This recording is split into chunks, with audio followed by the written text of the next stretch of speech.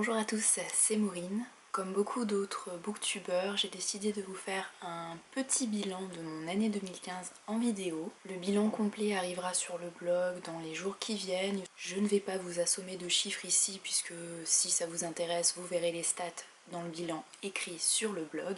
Là, je peux juste vous dire que j'ai lu environ 110 livres dans le courant de l'année 2015. Et quand je dis livres, je compte non seulement les romans, mais également tout ce qui est graphique, les BD, les mangas, les albums pour enfants. C'est un énorme chiffre pour certains, c'est pas beaucoup pour d'autres qui arrivent à lire 380 livres dans l'année, ça fait plus d'un livre par jour, je ne sais même pas comment c'est possible. Bref, pour moi c'est un rythme qui me va bien, même si j'aimerais y lire toujours plus, même si j'aimerais avoir le temps de me plonger plus souvent dans mes lectures, je suis quand même contente de la qualité des livres que j'ai découverts cette année.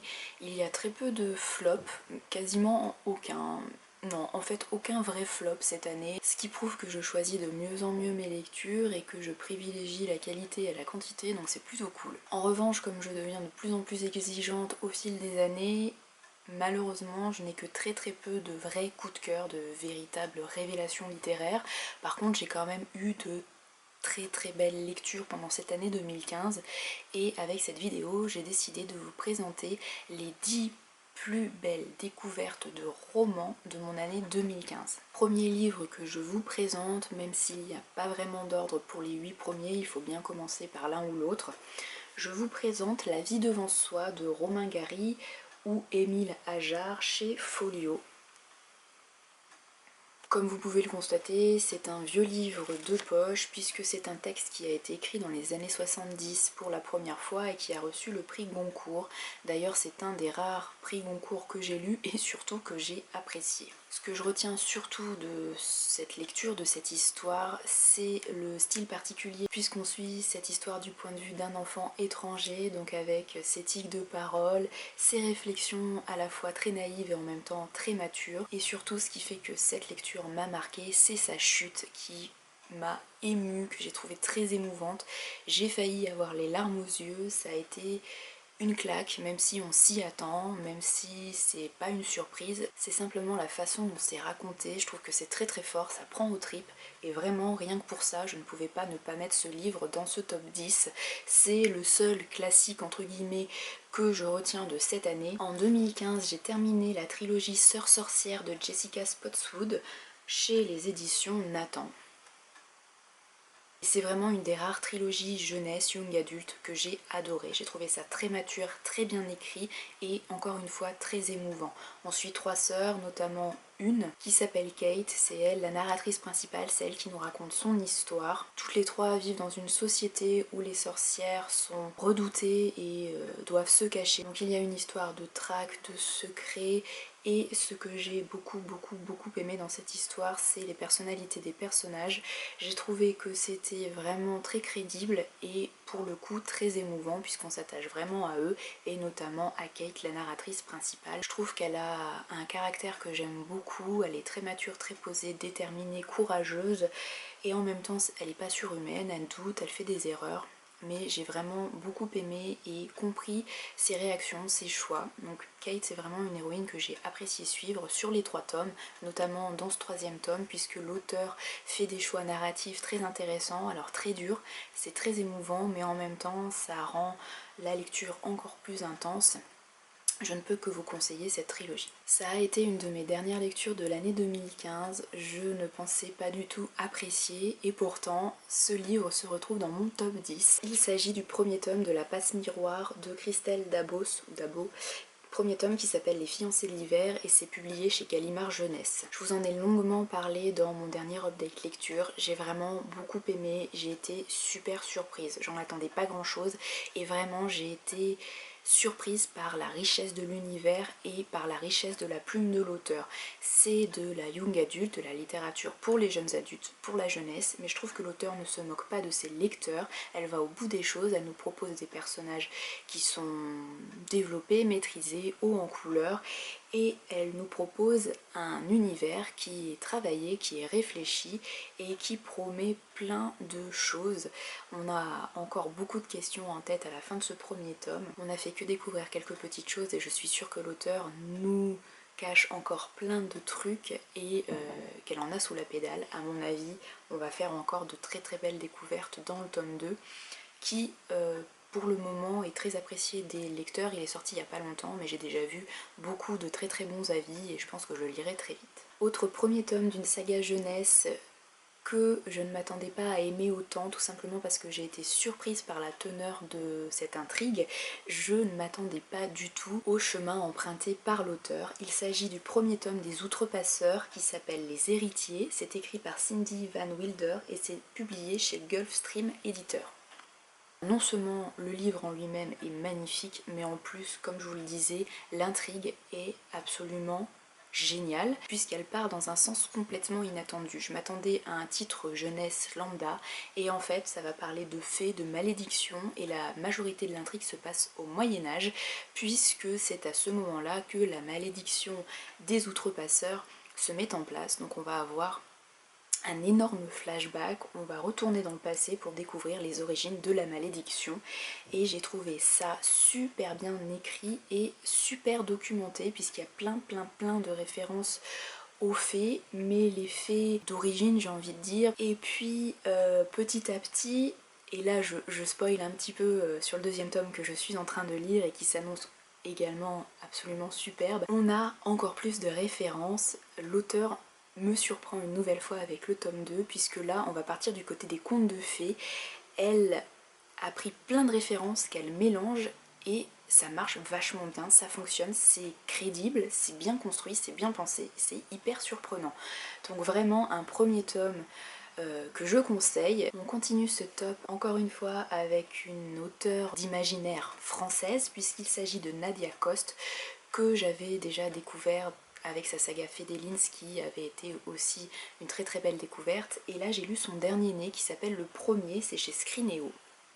Et là aussi c'est super bien.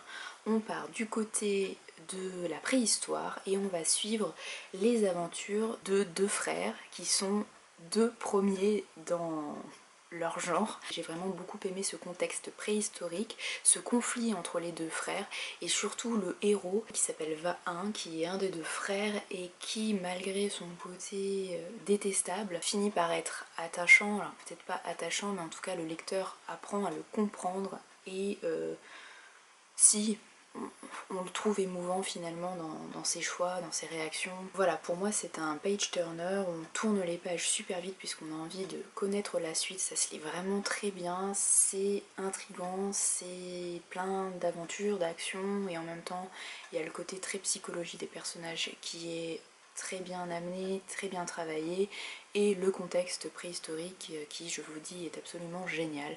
Bref, j'ai beaucoup aimé. Je ne pouvais pas faire un top 10 de 2015 sans citer le premier tome de Roi du Monde de Jean-Philippe Jaworski, premier tome qui s'appelle Même pas mort et c'est édité aux Moutons électriques. Comme vous pouvez le constater, c'est un très très beau livre qui est relié, donc en dur. Jean-Philippe Jaworski, c'est un auteur qu'on m'avait vivement conseillé de nombreuses fois, mais que j'avais un petit peu peur de rencontrer. En tout cas, j'avais un petit peu peur de me lancer dans ses textes puisque il est assez connu pour être assez précis dans le choix de ses mots, pour avoir un style très riche, très particulier et j'avais un peu peur de passer à côté, de ne pas accrocher, de trouver le style peut-être un peu trop érudit pour moi, en tout cas de ne pas réussir à entrer dans l'histoire. Et en fait, ce premier tome, je l'ai adoré. C'est effectivement hyper bien écrit, c'est surtout très immersif. Je me suis vraiment crue au milieu des Celtes, aux côtés des Arvernes, donc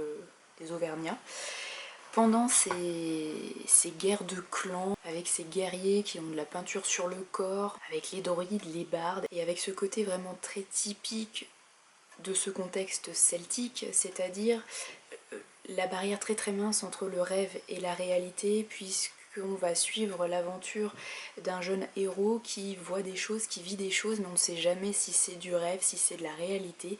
Et ça, j'aime beaucoup ce côté un peu mystique qui se marie très bien avec le côté historique hyper documenté de Jean-Philippe Jaworski. J'ai le deuxième tome dans ma palle et j'espère bien le lire en 2016 et j'espère bien que ce sera à nouveau une très très belle surprise. On part du côté de la SF avec Dark Eden de Chris Beckett aux éditions Presse de la Cité. Alors là, on se retrouve sur une planète qui s'appelle Eden, dans une communauté toute neuve. On a l'impression de retourner à la préhistoire encore une fois, puisque les hommes recommencent tout depuis le début, ils doivent tout redécouvrir et recommencer la longue évolution, le progrès. Et on a tout le côté réflexion qui se grève derrière tout ça. Une humanité toute neuve, qu'est-ce qu'elle va faire? Est-ce qu'elle va refaire les mêmes erreurs que notre humanité à nous?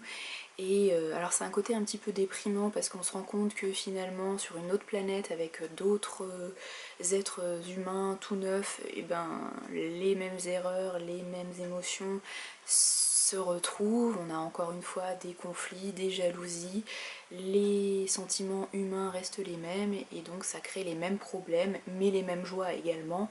Voilà, donc j'ai beaucoup aimé le côté réflexion derrière tout ça, c'est une belle aventure. Les pages se tournent là aussi très très vite, c'est un page turner, on a envie de connaître la suite et fin de l'histoire, c'est un one shot et ça c'est super. Bref, une très très belle aventure que je vous conseille. Je ne pouvais pas faire ce top 10 sans citer L'épouse de bois de Terry Windling aux éditions une nouvelle fois des moutons électriques et surtout dans la collection de la bibliothèque voltaïque. Regardez-moi cette merveille, ce livre est magnifique, la couverture est sublime. Alors ça n'a pas été un coup de cœur lors de ma lecture, il m'a manqué un tout petit truc pour que ce soit un coup de cœur, mais rien que pour l'atmosphère qui se dégage de ce texte, je ne pouvais pas ne pas en parler puisque ça a été une lecture vraiment très marquante, justement pour cette atmosphère, ce côté très chamanique qui se déroule dans les montagnes de l'Arizona. Donc on a le côté un petit peu sec, les cactus, la poussière, les pierres, et en même temps on a tout le folklore, la mythologie que l'on pourrait plutôt penser trouver du côté des vertes vallées de l'Irlande ou de l'Écosse. On a ce côté voilà mystique, folklorique, à la limite du chamanisme. Voilà, je ne trouve pas de mots, de meilleurs mots pour décrire un petit peu la sensation que j'ai ressentie en lisant ce texte. C'est vraiment de la littérature adulte, c'est contemplatif, il n'y a pas énormément d'action, mais il y a des scènes qui sont vraiment très fortes, très imagées, très marquantes. Et rien que pour ça, ça vaut le coup de lire ce livre, surtout si vous avez une affinité avec le côté mystique, chamanique. Je terminerai ce top 10 avec les deux coups de cœur de mon année 2015 et je vais passer très très vite dessus puisque je vous en ai déjà parlé de nombreuses fois et puisque j'avais mis en place un concours pour vous faire gagner ces deux coups de cœur. Il s'agit donc de La Voix des Oracles, le premier tome qui s'appelle Tia de Estelle Faye ou Estelle Fay aux éditions Scrinéo. Ça se passe en Gaule au 5e siècle après Jésus-Christ. On suit une jeune fille, Tia, d'où le sous-titre de ce premier tome, qui est une oracle et qui va partir sur les routes. C'est un peu une quête d'identité, elle va découvrir beaucoup de choses sur ses ancêtres, sur son passé et sur elle-même, et elle va faire des rencontres très intéressantes sur le chemin. J'ai adoré le contexte qui oscille entre le côté historique de l'Antiquité et aussi le côté mythologique, puisqu'on a le côté un petit peu magique avec la présence de créatures magiques comme les faunes, les dryades, etc. Et j'ai beaucoup aimé l'alliance, le mariage des deux qui fonctionne très très bien. Tia est une héroïne que j'ai adorée également, qui est mature, réfléchie et très émouvante je trouve. Je l'ai beaucoup aimée. Et deuxième gros coup de cœur de cette année, il s'agit du premier tome des Descendants de Merlin de Irène Radford aux éditions Point Fantasy. Ne vous fiez pas à la couverture qui est très très moche, contrairement aux couvertures des tomes 2 et 3 qui sont quand même un peu plus jolies. C'est un gros pavé qui fait plus de 700 pages, quasiment 800, 799 je crois exactement, mais ça se lit super bien et ce que j'adore dans ce livre, c'était une relecture pour moi et ça a été une relecture coup de cœur une nouvelle fois. Ce que j'adore vraiment dans ce livre, c'est non seulement le contexte arthurien, donc avec tous les éléments qui font la légende arthurienne que l'on connaît, mais aussi la présence très marquée du conflit entre nouvelles religions, donc le christianisme et les anciennes traditions. On est au cœur des anciennes traditions, je trouve que c'est bien mené, que c'est intelligemment décrit et en plus l'héroïne, c'est une héroïne que j'adore. Franchement, Vren, donc l'héroïne, elle nous raconte son histoire et c'est une jeune femme à laquelle je suis très attachée, que je comprends, dans laquelle je me reconnais beaucoup, ou en tout cas dans laquelle j'aimerais me reconnaître. C'est vraiment une héroïne forte, déterminée et qui apporte énormément à son entourage, c'est un peu le pilier de l'histoire. Elle est liée à toutes les figures de la légende arthurienne. Je ne vous en dis pas plus puisque j'en ai déjà beaucoup parlé dans ma chronique écrite et dans les autres vidéos.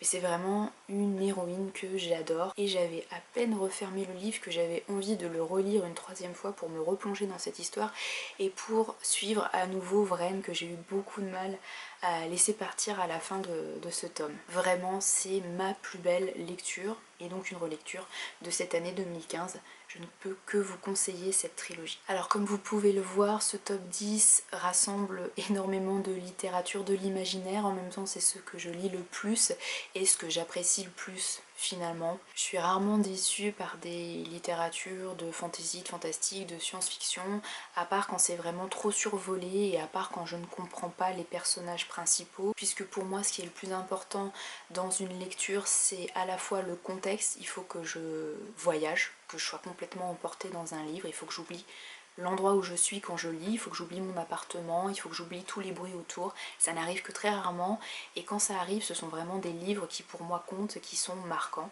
Donc on a ce premier point de contexte qui est hyper important et l'autre point qui est très important pour que mes lectures soient réussies, ce sont les personnages. Il faut que je m'attache à eux, que je les comprenne, que je me reconnaisse un petit peu en eux.